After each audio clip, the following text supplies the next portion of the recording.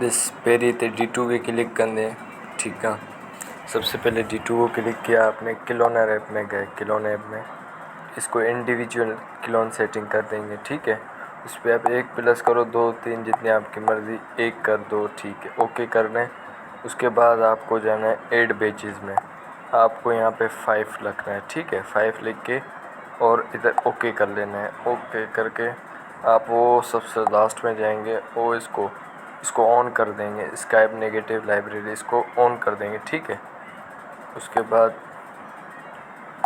यहाँ पाएंगे, इसको क्लिक करेंगे, इसको रैंडम पे कर देंगे, इसको क्लिक करेंगे, इसको भी रैंडम पे कर देंगे, इसको क्लिक करेंगे, इसको ऑन कर लेंगे और इसको क्लिक करेंगे, इसको भी रैंडम पे, इसको क्लिक करेंगे, ये भी रैंडम पे होगा।